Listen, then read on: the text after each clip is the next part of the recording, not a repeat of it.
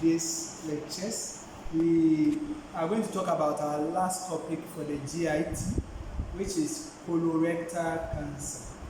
Colorectal cancer. We will not have much difficulties with this topic because we've already done colostomy, right, and mega colon, which is one of the main things that is done for people who have undergone surgery for colon cancer. Right? So we will talk about what it is, the risk factors, and all that. Right? So colorectal cancer is said to be the second common cancer in women after breast cancer, and then the third most common cancer in men after lung and then prostate cancer, right? So it means that it's one of the common conditions, right? Because if you rank all cancers among women, it's said to be second among all cancers, right? So the first is breast cancer, followed by colorectal cancer. And then when we rank all cancers in men, it's ranked third, right? So it means that it's a serious condition which we have to talk about, right? And then it was established that 99% of cases occur in people who are 40 years and above, right? So it means that as you age, your risk of getting this condition increases, right? So it's very important to talk about colorectal cancer. Colorectal cancer. Most GIT cancers occur in the colon and then the rectum, right? So if we look at all the GIT cancers, starting from the mouth, the esophagus, the stomach, the intestines, up to the colon, right? The colon is the large intestine, right? Most of the cancers occur in the colon, right? Most of the cancers that occur in the GIT occur in the colon. So let's look at the risk factors. What are things that increases the risk of individual to colorectal cancer? One is intake of high fatty foods, right? So meats and other foods containing fat and cholesterol can increase our risk to this cancer, right? And most of the time, that is what we like most, right? Most of the food that we buy outside is concentrated with fat, and these are said to increase our risk. And then the meats and all that is said to increase our risk to colorectal cancer. And then aging, right? 40 years and above, and it's more common among people who are within 50 and then 65 years. Family history is also one of the risk factors. And then colorectal polyps. Right, so polyps is a benign growth at the colon, right? If not managed, it can also lead to cancer of the colon. And then smoking, yes, is also one of the things that is becoming rampant nowadays among the youth and then the aged, right? So whether it's second-hand or the person is smoking by himself or herself, they can increase your risk. Then alcohol intake of alcohol can also increase your risk to getting colorectal cancer, right? Now there are several forms of the alcohol that people use, right? So all these can increase your risk. And then obesity, right, can also increase your risk. So it means that you have to exercise and then reduce meats and fatty foods intake so that our body mass index will be within the normal range, because it can also increase our risk. And then personal history of colorectal cancer. If you have had cancer of the colon before, your chances of getting it is very high. Again, it's very high, even if it has been treated with chemotherapy or radiation therapy or surgery. And then the organs where this cancer can metastasize is liver, lungs, kidneys, and bones. Right? So it's colorectal cancer can metastasize to the liver, the lungs, the kidney, as well as the bones. Let's look at some signs and symptoms of colorectal cancer. Most of the time, people with colorectal cancer will either have constipation or diarrhea. Right? So they will either have constipation or diarrhea. Then they will have what you call ribbon-like stools. Right? So the stools look like a ribbon.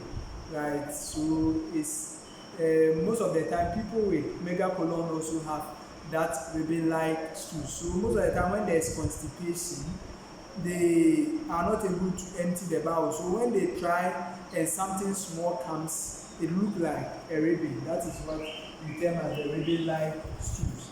And then sometimes there will be blood in stools, to bright red blood in stools. And then sometimes they feel weak, fatigue, and all that. Then there is anemia in people with, especially if they are bleeding, right? In people with colorectal cancer. And then they can also have abdominal discomfort and cramping. And then sometimes there's a sensation of incomplete evacuation. And then there can be palpable right-sided lower abdominal mass. Palpable right-sided lower abdominal mass. And then with I want to treat the colon cancer and then rectal cancer together because they are similar, and then the management is similar. So people with rectal cancer also have straining as stools, right? So they have difficulty in emptying their bowels, and they also have incomplete evacuation of the bowel, and then they sometimes have mucus discharge in stools, and then they also have bleeding and then pain when it is advanced. With colorectal cancer, the diagnostic investigations, most of the time, they are tests that are done close to the anus, right? So you can have, because it's the colon, you can have colonoscopy.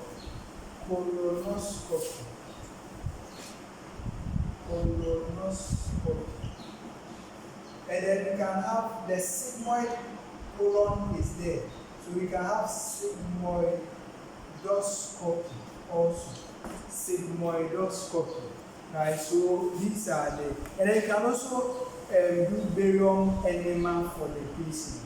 Right? Barium enema. So an agent is given, the enema is given first, and then X-ray is taken at the lower GI tract, so the colon, the rectum. And then CT scan, MRI, ultrasound scan can also be done for people with colorectal cancer. According to the American Cancer Society, after age 50, or when a man is age 50, or person is at the age of 50, there should be an annual fecal occult blood test, right? So every year from age 50, we should do fecal blood test, annual fecal occult blood test, so that we can detect some of these things early for treatment. And then you can also go for sigmoidoscopy, some of these tests that we mentioned about. And then after age 50, barium enema can also be done every 5 years. And then colonoscopy can also be done every 10 years, according to American Cancer Society. And then according to American College of Gastroenterologists, after age 45, colonoscopy should be done every 10 years. I've mentioned that. And then after age 50, it should be done for other races. It should be done every 10 years after age 50. So it depends. And then according to American College of Oncology Surgeons, after age 50, just as we said earlier, we should do fecal occult blood test after age 50, right? And then sigmoidoscopy should be done every 3 to 5 years after age 50. Okay, so patient who is booked for removal of the colon as a result of colorectal cancer should be prepared, right? The additional preparations include, most of the time, we start preparing the patient from 2 to 3 days, right? So we can admit the patient 2 days to the surgery or 3 days to the surgery, and then start preparing the patient. You can start with light diets 2 to 3 days to the surgery, and then a day to the surgery, 24 hours. You can give fluid diet, right? And then 6 to 8 hours you give nothing by mouth. And then enema and then prescribed laxatives should also be given to this patient to help empty the bowel or to clear the bowel. And then apart from that, you should also talk to the patient about colostomy that will be in place after the surgery most of the time, and then inform them that it's temporary. And then most of the time, they have to be allowed to express their concerns regarding the colostomy, right? I mentioned about the colostomy the last time when we did mega colon, right? It's a surgical incision that is done on the abdomen, and then the colon is brought to the abdomen so that fecal matter will pass through the stoma of the colostomy, and then so that the healing of the incisional site can take place. So when it heals, then it will be reconnected back. But as I mentioned the last time, it can either be temporary or it can be permanent, right? So we have people with permanent colostomy, but most of the time it's temporary, right? So after healing has taken place, then it's reconnected back, right?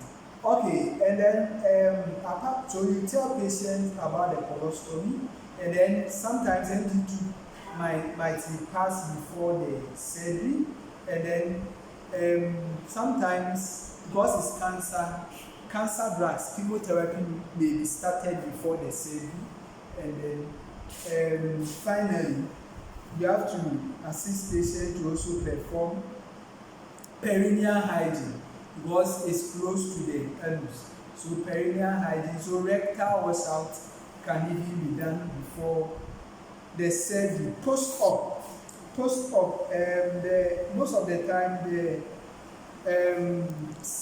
the management, post-op management is similar to other post-op management. Additional ones will be the wound drainage tubes that may be inserted. So sometimes a hemorrhagic drain may be inserted, right, after the surgery, right? So if a wound drainage tube is inserted, as nurses we should manage the tube to make sure there is continuous flow, and then it does not become kinked or blocked, right? And then if a tube is in place, the tube is most of the time you get about 50 mils of drainage per 24 hours, and it's usually removed 2 to 5 days, right? The tube may be removed, and if it's a hemorrhagic drain, that is removed 2 to 5 days. Like if it's a penrose drain, then it is removed 5 to 7 days after the surgery. Okay, and then you have to maintain milk per horse, nothing by mouth after the surgery is performed. And then most of the time, a patient who undergoes surgery for colorectal cancer will be discharged within 10 to 12 days from the hospital if no complication occurs. And then remember that perineal wounds take long to heal, so you have to manage it well and educate patients on the management, right, so that it does not become infected. It can even take about 2 to 4 months before this kind of wound can heal, right? So you can also administer prescribed analgesics and then prescribe antibiotics. And then patients most of the time should be placed inside line to prevent pressure on the surgical incision site, right? Okay, so this is about the colorectal cancer. So this is where we end the GIT conditions. We will move to in our next lecture, we are going to move to the genitourinary tract system. So we will talk about all the conditions under the genital system and then the urinary tract system.